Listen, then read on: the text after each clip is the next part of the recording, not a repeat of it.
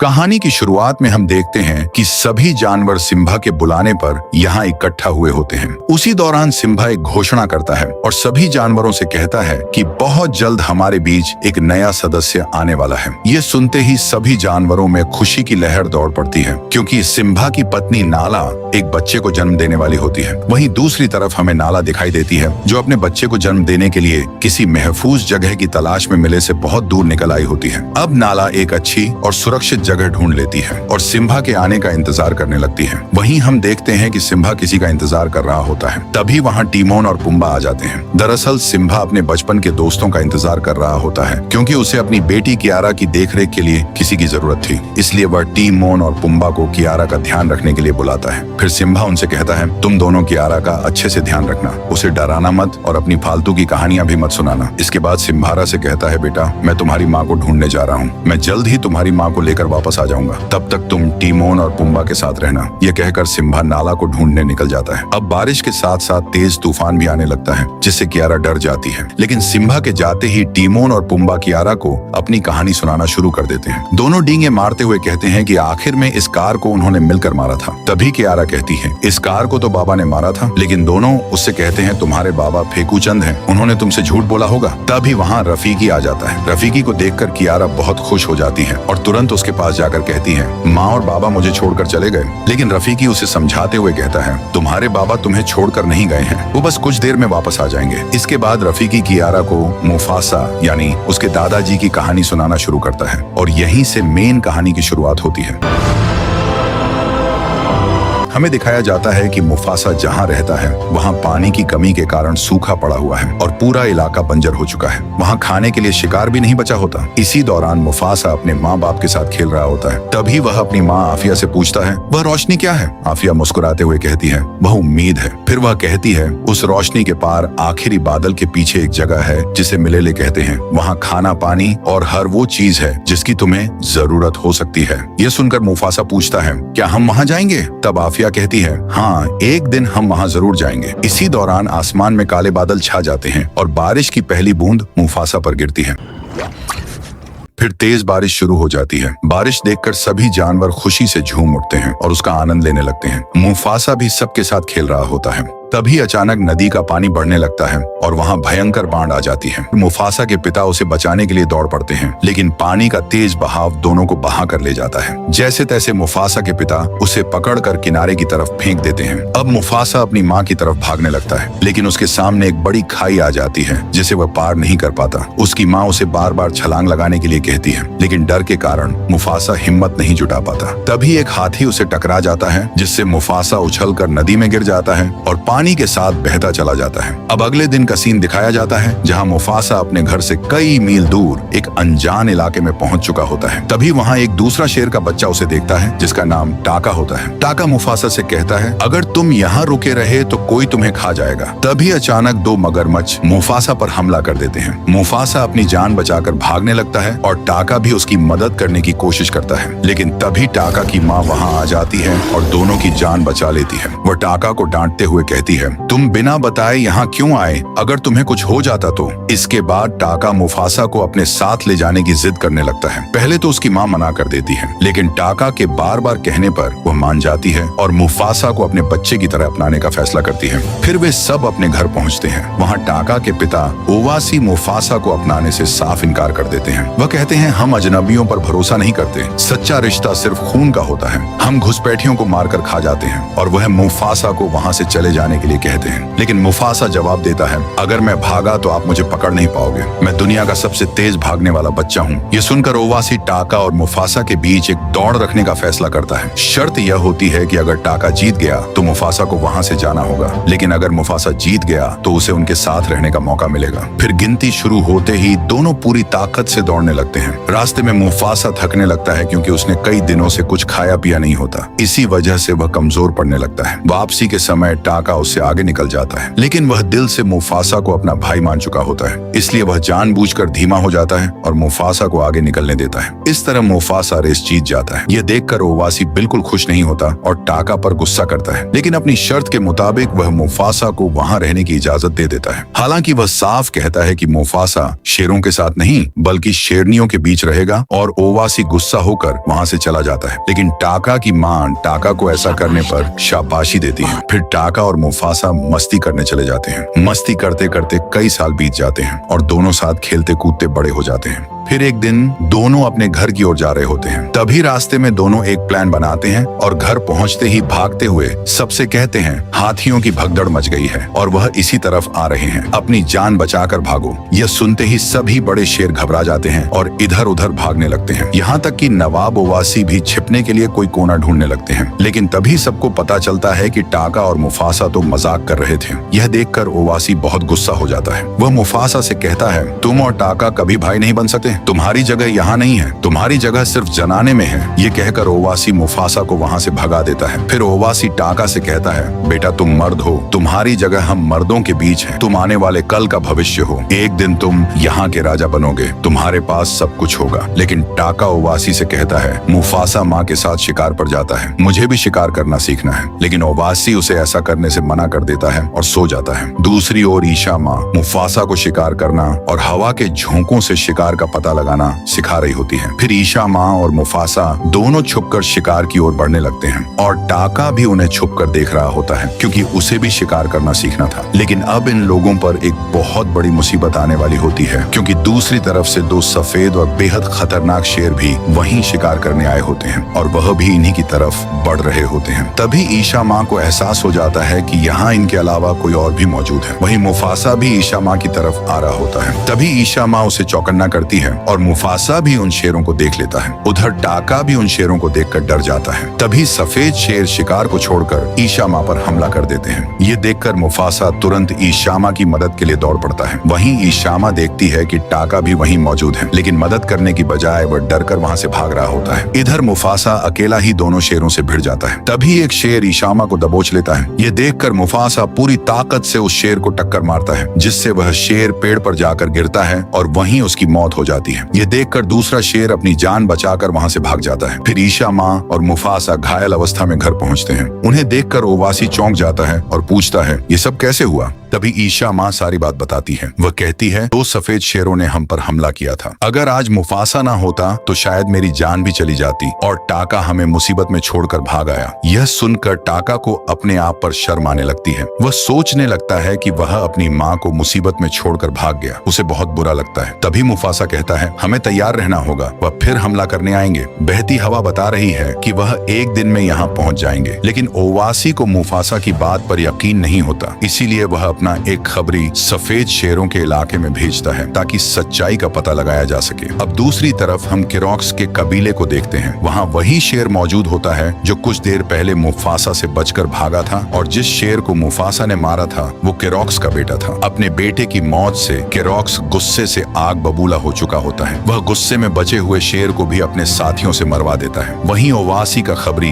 ये सब छुप कर देख रहा होता है। ये सब देखकर खबरी तुरंत वापस लौटता है और ओवासी को बताता है, वो लोग बहुत जल्द हम पर हमला करने आ रहे हैं और उनका एक शेर हमारे दो शेरों के बराबर है। ये सुनते ही ओवासी तुरंत एक फैसला लेता है। अपने खून और वंश को बचाने के लिए वह टाका को वहां से भागने के लिए कहता है। वह कहता है, टाका तुम किसी नई जगह जाकर जिंदगी की नई शुरुआत करना। फिर ओवासी मुफासा को भी टाका के साथ जाने के लिए कहता है, लेकिन मुफासा जाने से मना कर देता है क्योंकि वह अपनी ईशा माँ को छोड़ना नहीं चाहता था। तभी ईशा माँ उससे कहती है, उस रोशनी की तरफ देखो। उस रोशनी के आगे काली घाटियों के उस पार तुम्हारी आंखों से भी दूर वहाँ एक गौरव भूमि है जो बिल्कुल स्वर्ग जैसी है। उसे मिलेले कहते हैं। तुम्हें वहीं जाना है क्योंकि तुम्हारा असली परिवार आज भी तुम्हारा इंतजार कर रहा है। फिर ईशा माँ मुफासा को जाने के लिए कहती है। टाका अभी भी अपने डर और शर्म के कारण उदास था, लेकिन ईशा माँ उसे समझाती है और कहती है, तुम्हें भी बहादुरी दिखाने का मौका मिलेगा, लेकिन अभी तुम दोनों यहाँ से चले जाओ। फिर टाका और मुफासा जीने की उम्मीद में आगे बढ़ जाते हैं और कुछ ही देर बाद किरोक्स अपनी पूरी फौज के साथ ओवासी के वास पर हमला कर देता है। किरोक्स और उसकी फौज मिलकर ओवासी और उसके साथियों को मार डालते हैं। इसके बाद किरोक्स मुफासा और टाका के पीछे पड़ जाता है क्योंकि उसे अपने बेटे के कातिल को हर हाल में मारना था। अब मुफासा और टाका अपनी पूरी जान लगाकर भागने लगते हैं, लेकिन किरोक्स उनका पीछा छोड़ने का नाम ही नहीं लेता। तभी भागते भागते उनके सामने एक गहरी खाई आ जाती है। अब टाका और मुफासा चारों तरफ से घिर चुके थे और किरोक्स उन पर हमला करने ही वाला था। तभी टाका मुफासा को पकड़कर खाई में कूद जाता है। दोनों एक टहनी पकड़ लेते हैं और खुश होने लगते हैं कि उनकी जान बच गई। लेकिन तभी जब वह पीछे मुड़कर देखते हैं तो पता चलता है कि किरोक्स और उसके साथी भी पानी में कूदकर उनके पीछे आ रहे हैं। ये देखकर दोनों नदी के बहाव में बहते चले जाते हैं और फिलहाल के लिए किरोक्स के चंगुल से बच निकलते हैं। अब रात के समय टाका खुद की तारीफ कर रहा होता है कि उसने मुफासा की जान बचाई। ये सुनकर मुफासा उसे ढक्कन समझने लगता है। तभी अचानक मुफासा को एहसास होता है कि कोई उनका पीछा कर रहा है। दरअसल एक चालाक शेरनी जिसका नाम शराबी होता है पिछले पूरे एक दिन से इन दोनों का पीछा कर रही होती है और इन्हें इसकी भनक तक नहीं लगती। शराबी के साथ एक पक्षी भी होता है जिसका नाम जाजू होता है और अब शराबी भी इन दोनों के साथ शामिल हो जाती है। अब इन सभी को भूख लगी होती है, इसलिए यह लोग शिकार करने निकलते हैं। वहीं दूसरी ओर हम एक बड़े से पेड़ पर बंदरों के झुंड को देखते हैं जहां हमें जवान अवस्था में रफीकी दिखाई देता है जो अभी फिलहाल कियारा को यह कहानी सुना रहा होता है। अब यहीं से इस कहानी में रफीकी की एंट्री होती है। उस समय रफीकी को उसके ही झुंड के लोग झुंड से बाहर निकाल देते हैं क्योंकि रफीकी आने वाले खतरे को अपने सपनों में पहले ही देख सकता था। उसने सभी को पहले ही चेतावनी दी थी कि कोई बड़ा खतरा आने वाला है, लेकिन सभी उसे पागल समझकर उसकी बातों पर ध्यान नहीं देते और फिर अगली ही रात एक चीता बंदरों पर हमला कर देता है। इस बात से गुस्से में आकर झुंड के सभी बंदर रफीकी को ही मनहूस और खतरे की वजह मान लेते हैं और उसे झुंड से निकाल देते हैं। अब रफीकी अकेला ही आगे बढ़ने लगता है। वहीं दूसरी तरफ मुफासा और उसके साथी शिकार करने के लिए घात लगाकर बैठे होते हैं। तभी मुफासा हमला करने के लिए आगे बढ़ता है, लेकिन रफीकी उससे बिल्कुल भी नहीं डरता। यह देखकर मुफासा चौंक जाता है। फिर वह दोबारा रफीकी को डराने की कोशिश करता है, लेकिन रफीकी पर उसका कोई असर ही नहीं होता। फिर मुफासा उससे कहता है, हम शेर हैं, हम तुम्हें खा जाएंगे, क्या तुम्हें हमसे डर नहीं लगता? इस पर रफीकी मुस्कुराते हुए कहता है, मुझे किसी से डर नहीं लगता और अगर तुम मुझे खा जाओगे तो तुम कभी भी मिले नहीं पहुंच पाओगे। अब मिलेले का नाम सुनते ही मुफासा हैरान हो जाता है। वह तुरंत रफीकी से पूछता है, तुम्हें मिलेले के बारे में कैसे पता? क्या तुम वहाँ गए हो? इस पर रफीकी कहता है, हाँ, मैं वहाँ कई बार गया हूँ, लेकिन सपनों में यह सुनकर किसी को भी रफीकी की बातों पर विश्वास नहीं होता। लेकिन फिर भी मुफासा उसके साथ जाने के लिए मान जाता है क्योंकि वह समझ जाता है कि अब आगे का रास्ता रफीकी ही दिखा सकता है। फिर रफीकी सबको आगे का रास्ता बताता है। चलते चलते इनके सामने काली घाटियां आ जाती हैं। अब सभी सोचने लगते हैं कि आगे कैसे जाया जाए। तभी मुफासा को अपनी माँ की बात याद आती है जिसमें उसने काली घाटियों के बारे में बताया था। अब मुफासा समझ जाता है कि उसे किस रास्ते से जाना चाहिए। तभी वह हवा के झोंकों से महसूस कर लेता है कि सफेद शेर अभी भी उनका पीछा कर रहे हैं और बहुत जल्द उन तक पहुंच जाएंगे। फिर यह सभी गाना गाते हुए और मस्ती करते हुए काली घाटियों के रास्ते आगे बढ़ने लगते हैं। वहीं दूसरी तरफ टाका को शराबी से प्यार हो जाता है। टाका मुफासा के पास आकर कहता है, भाई मुझे शराबी शराब की तरह छड़ रही है, मुझे उससे प्यार हो गया है। फिर टाका मुफासा से शराबी को पटाने की टिप्स मांगने लगता है। मुफासा भी उसकी मदद करते हुए कहता है, उससे वहाँ के फूलों के बारे में बात करो जहाँ से वह आई है। इसके बाद टाका तुरंत शराबी के पास जाता है और कहता है, तुम्हारे अंदर से बकर फूल की खुशबू आती है। ये सुनकर शराबी हैरानी से पूछती है, तुम्हें कैसे पता? तब टाका स्टाइल मारते हुए कहता है, मैं सूंघ कर ही सब पता लगा लेता हूँ। ये सुनकर शराबी टाका से इम्प्रेस हो जाती है और उससे बातें करने लगती है। अब जैसे ही यह लोग घाटी के ऊपर पहुँचते हैं, इनके सामने हाथियों का एक बहुत बड़ा झुंड आ जाता है जो इनका रास्ता रोक कर खड़ा होता है। तभी पीछे से किरोक्स अपनी फौज के साथ मुफासा को मारने के लिए पहुंच जाता है। अब सभी बहुत ज्यादा डर जाते हैं। मुफासा हाथियों से मदद मांगता है, लेकिन एक भी हाथी उसकी मदद नहीं करता। तभी शराबी अपना दिमाग चलाती है और पेड़ पर लगे मधुमक्खियों के छत्ते को गिरा देती है। इससे सारी मधुमक्खियां हाथियों पर टूट पड़ती हैं और हाथियों के झुंड में भगदड़ मच जाती है। लेकिन अब इस भगदड़ से मुफासा की टीम भी खतरे में पड़ जाती है। तभी शराबी पेड़ से नीचे गिर जाती है और एक हाथी से टकराकर बेहोश हो जाती है। ये देखकर मुफासा तुरंत शराबी को बचाने दौड़ पड़ता है। वहीं भगदड़ की वजह से क्रॉस और उसके साथी पीछे हटने लगते हैं और उनका रास्ता बंद हो जाता है। दूसरी ओर टाका डर के मारे कुछ भी नहीं कर पाता। चाहता तो वह शराबी को बचा सकता था, लेकिन डर के कारण वह किसी की मदद नहीं करता। इधर मुफासा शराबी को एक गड्ढे में खींचकर उसकी जान बचा लेता है। यह देखकर किरक्स किसी दूसरे रास्ते की तलाश में वहां से वापस लौट जाता है। वहीं दूसरी ओर रफीकी पेड़ से नीचे गिर जाता है और यहीं उसे उसका रहस्यमयी डंडा मिलता है। क्योंकि शराबी काफी देर से बेहोश होती है, इसलिए रफीकी अपने मंत्रों से उसे होश में लाता है। होश में आते ही शराबी पूछती है, मेरी जान किसने बचाई? तभी मुफासा कहता है, टाका ने तुम्हारी जान बचाई है। यह सुनकर टाका खुद भी चौंक जाता है और शराबी टाका को पसंद करने लगती है। फिर सभी लोग अपना सफर दोबारा शुरू करते हैं। अब मिले बहुत करीब रह गया होता है। यह सभी आगे बढ़ते हैं और पीछे से जाजू बर्फ गिराकर इनके पैरों के निशान मिटा देता है, जिससे किस और उसके साथी रास्ता भटक जाते हैं। यह देखकर शराबी खुशी से मुफासा को गले लगा लेती है, लेकिन यह चीज टाका को बिल्कुल अच्छी नहीं लगती। उसी दौरान रफीकी गिर जाता है। तब मुफासा कहता है, मैं हूं ना, और उसे अपनी पीठ पर बैठा लेता है। तभी शराबी समझ जाती है कि उसकी जान बचाने वाला टाका नहीं बल्कि मुफासा था। अब यहाँ मुफासा शिकार करने आया होता है। तभी शराबी उसके पास आकर कहती है, मुझे पता चल गया है, मुझे टाका ने नहीं तुमने बचाया था। ये सुनकर मुफासा उसकी बात को टालने की कोशिश करता है, लेकिन शराबी कहती है, तुम हवा के झोंकों से सब पता लगा लेते हो। मतलब तुमने ही मेरी खुशबू सूंघ कर टाका को उन फूलों के बारे में बताया था और तुमने ही मुझे भगदड़ से बचाया था। और यह सब टाका दूर से देख रहा होता है। मुफासा धीरे से कहता है, टाका मेरा भाई है, उसने मेरी जान बचाई थी, मैं उसे धोखा नहीं दे सकता। लेकिन शराबी उसकी बात मानने को तैयार नहीं होती। आखिरकार मुफासा मजबूर होकर सच बता देता है, हाँ मैंने ही तुम्हें बचाया था। और फिर यहाँ एक रोमांटिक गाना शुरू हो जाता है। इसी बीच टाका दूर से मुफासा और शराबी को एक दूसरे के करीब देख लेता है। ये देखकर टाका अंदर से टूट जाता है। उसके मन में वही बातें घूमने लगती हैं जो उसके बाबा ने कही, आवारा लोग एक दिन हमसे सब कुछ छीन लेते हैं। और अब टाका मुफासा को धोखेबाज समझकर वहाँ से जाने लगता है। तभी अचानक बर्फ टूट जाती है और टाका पहाड़ से नीचे गिर जाता है। नीचे पहुंचते ही उसे कुछ आवाजें सुनाई देती हैं। वह देखता है कि इसका पूरा झुंड रास्ता भटक चुका है। अब टाका के मन में मुफासा से बदला लेने का ख्याल आता है। वह सीधे क्रॉक्स के पास चला जाता है और कहता है, तुम्हारे बेटे को मैंने नहीं मुफासा ने मारा था, और वही है जो हर मोड़ पर तुम्हें मात दे रहा है। सिर्फ मैं ही तुम्हें उसके पास ले जा सकता हूँ, क्योंकि मुझे भी उससे बदला लेना है। उसने मेरा प्यार मुझसे छीन लिया। इसके बाद टाका और किरक्स हाथ मिला लेते हैं। अब अगली सुबह टाका वापस लौटता है। मुफासा उसे देखकर पूछता है, तुम कहाँ चले गए थे? टाका बस इतना कहता है, शिकार करने गया था, और बात को टाल देता है। फिर सभी लोग आगे बढ़ने लगते हैं, लेकिन टाका जानबूझकर पीछे निशान छोड़ते हुए चल रहा होता है ताकि उन तक पहुंच सके।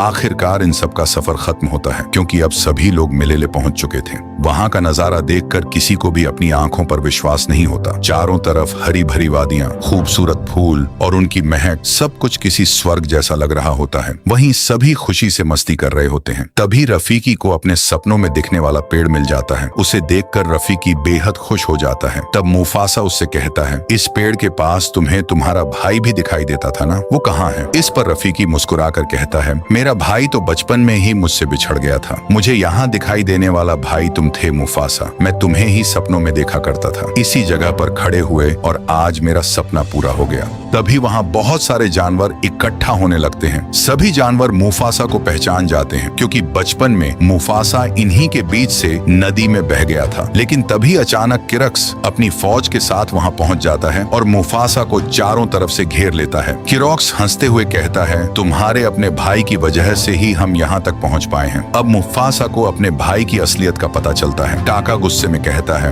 राजा का बेटा मैं और शराबी का प्यार, तू माँ बाप का भरोसा भी, तूने मेरी पूरी जिंदगी बर्बाद कर दी। इतना कहते ही किरक्स मुफासा पर हमला कर देता है। यह देखकर मुफासा भागने लगता है, लेकिन उसके सामने एक गहरी खाई आ जाती है। तभी पीछे से किस उस पर हमला करता है, लेकिन मुफासा चालाकी से किरक्स को ही खाई में गिरा देता है। अब मुफासा को थोड़ा समय मिल जाता है। वह पहाड़ के ऊपर चढ़कर जोरदार दहाड़ मारता है। उसकी दहाड़ सुनकर सारे जानवर उसके सामने इकट्ठा हो जाते हैं। तभी मुफासा सबसे कहता है, मैं हूँ मुफासा बेघर आवारा, फिर भी आज तुम सबके सामने सीना तान कर खड़ा हूँ। मुझे पता है तुम सब डरे हुए हो, लेकिन तुम्हें मेरी मदद करनी होगी। तभी एक जिराफ कहता है, हम तुम्हारे साथ क्यों मरे, ये सिर्फ तुम्हारी लड़ाई है। इस पर मुफासा कहता है, आज यह लोग मुझे मारने आए हैं, लेकिन मेरे बाद क्या यह तुम्हारा शिकार नहीं करेंगे? अगर आज तुम सब ने मेरी मदद नहीं की तो आने वाले समय में मिललेले भी खत्म हो जाएगा। ये सुनते ही सभी जानवर मुफासा का साथ देने के लिए तैयार हो जाते हैं। फिर सभी मिलकर किरक्स की फौज पर हमला कर देते हैं और उन्हें खदेड़ खदेड़ कर मारने लगते हैं। उधर ऊपर 3 शेरनियां मुफासा पर हमला कर देती हैं। लड़ाई करते करते मुफासा एक बड़े काले गड्ढे में गिर जाता है। वहाँ चारों तरफ अंधेरा होता है। मुफासा मदद के लिए टाका को पुकारता है, लेकिन टाका उसकी मदद नहीं करता और वहाँ से चला जाता है। अब मुफासा अंधेरे में रास्ता ढूंढ रहा होता है। तभी अचानक किरक्स झरने के पीछे से बाहर निकलता है और फिर दोनों के बीच जोरदार लड़ाई शुरू हो जाती है। यहाँ किरॉक्स मुफासा पर भारी पड़ रहा होता है। ये सब टाका भी देख रहा होता है। अब किरॉक्स धीरे धीरे मुफासा को मारने के करीब पहुंच जाता है। तभी टाका को अपना बचपन याद आने लगता है, जब वह और मुफासा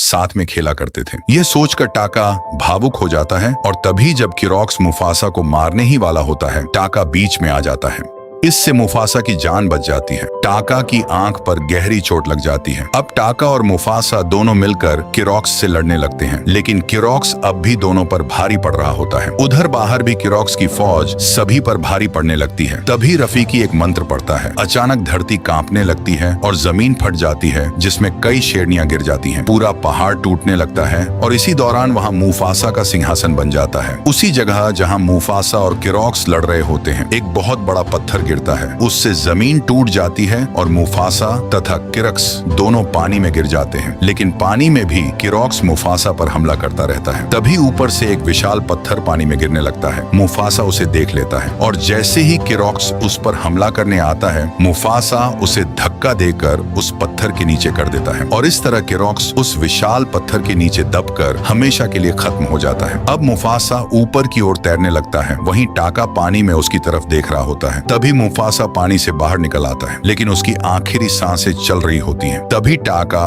उसे पकड़कर ऊपर खींच लेता है। उसी समय शराबी वहां आ जाती है। टाका शराबी को देखता है और चुपचाप वहां से चला जाता है। इसके बाद मुफासा शराबी के साथ बाहर आता है। सभी जानवर उसे देखकर खुशी से झूम उठते हैं और उसे अपना राजा मान लेते हैं। फिर सभी जानवर मुफासा के सामने झुक जाते हैं। तभी रफीकी मुस्कुराकर कहता है, तुम्हारे लिए एक और खुशी इंतजार कर रही है। मुफासा पीछे मुड़कर देखता है और उसकी आंखें नम हो जाती हैं, क्योंकि वहाँ उसकी माँ उसका इंतजार कर रही होती है। अपनी माँ को देखकर मुफासा दौड़कर उससे लिपट जाता है। इतने सालों बाद अपनी माँ से मिलकर वह बेहद खुश हो जाता है और आखिरकार उसका सपना पूरा हो जाता है। तभी वहाँ टाका भी आ जाता है। सभी जानवर टाका को राज्य से निकाल देने की बात करते हैं, लेकिन मुफासा उसे वहाँ से भगाता नहीं है। वह बस इतना कहता है, आज के बाद कोई टाका का नाम नहीं लेगा, और फिर टाका अपना नाम बदलकर स्कार रख लेता है। यानी टाका ही आगे चलकर स्कार बना था। उसके बाद मुफासा अपने सिंहासन पर बैठता है और एक राजा की तरह जोरदार दहाड़ मारता है। उसकी दहाड़ पूरे मेले में गूंज उठती है। अब हम वापस फ्लैशबैक से बाहर आते हैं, जहां रफीकी की कहानी खत्म हो जाती है। उधर कियारा के बाबा यानी सिम्बा नाला को लेकर वापस घर आ जाते हैं और उनके साथ कियारा का छोटा भाई भी होता है। अपने छोटे भाई को देखकर कियारा खुशी से झूम उठती है। वहीं रफीकी मुस्कुराते हुए आसमान की तरफ देखता है, मानो मुफासा आज भी उन सब पर नजर रखे हुए हों। बस इसी खूबसूरत सीन के साथ यह कहानी यहीं खत्म हो जाती है।